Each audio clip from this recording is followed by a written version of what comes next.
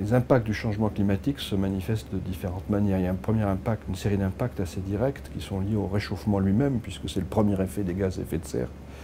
Et ce réchauffement, on sait qu'il est distribué de manière un peu inhomogène, il est plus fort dans les régions polaires, et on voit déjà dans ces régions polaires une fonte de la banquise qui en fin d'été a diminué maintenant de 30 à 40% par rapport à ce qu'elle était il y a quelques décennies. On voit aussi une fonte du Groenland qui contribue au relèvement du niveau de la mer. Un changement de paysage qui est notable dans les régions du nord du Canada ou en Sibérie. Et puis on voit en fait ce réchauffement un peu partout sur les continents de l'ensemble de la planète, avec déjà des conséquences chez nous. Le degré alcoolique des vins a augmenté, c'est une conséquence très directe du réchauffement de la planète. La chaleur est un élément important des rendements agricoles, ainsi que le niveau de CO2 dans l'atmosphère.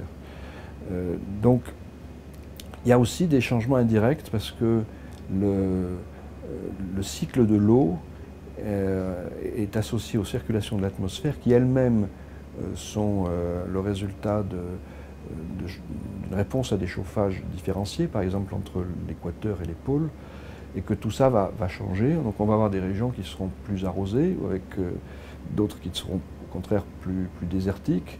Ça veut dire des changements en termes d'agriculture, des changements en termes de capacité à maintenir la biodiversité dans son état actuel, et donc au bout du compte, des enjeux qui peuvent être localement très forts. Nourrir la population de l'Afrique de l'Ouest, beaucoup d'études qui ont montré que c'était un enjeu délicat pour le futur, parce que la chaleur risque de diminuer les rendements dans cette région où il y a une démographie qui est importante. Donc on a des enjeux qui en plus sont compliqués par le fait que le climat n'est pas le seul paramètre qui entre en jeu. Si on pense un problème de biodiversité, d'agriculture, comment on combine ces éléments-là, il y a un lien éventuellement avec le développement de bioénergie. Est-ce qu'on favorise ça? Il y a aussi un lien avec le type d'usage des sols, comment est-ce qu'on répartit la part qui est utilisée localement, celle qui est exportée.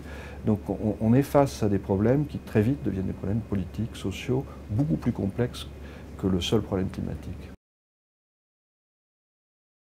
Autant la science a réussi, et la communauté scientifique a donné une réponse assez claire à la question de savoir si les gaz à effet de serre pouvaient provoquer un réchauffement de grande ampleur, qui est une réponse positive, autant on a du mal à être très précis dans la réponse aux questions d'adaptation. Comment est-ce qu'on peut s'adapter sur un territoire donné aux conséquences du changement climatique, sachant qu'on a un petit peu de mal à prévoir dans le détail ces conséquences.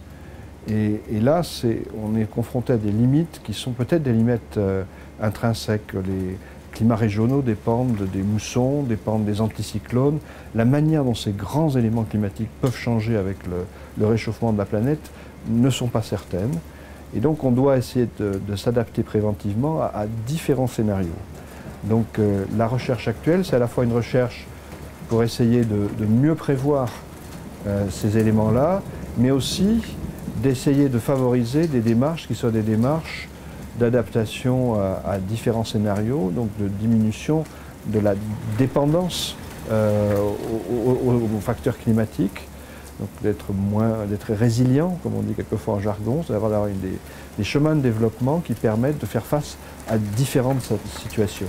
Et on se trouve dans une situation un petit peu contradictoire où à la fois la science est très certaine par rapport à la réalité d'un changement à venir, mais a beaucoup de mal à prévoir les détails géographiques de ces changements, et peut-être pour des raisons qui sont des raisons de sciences fondamentales, c'est-à-dire qu'on n'arrivera peut-être pas à résoudre complètement ce problème-là dans le futur.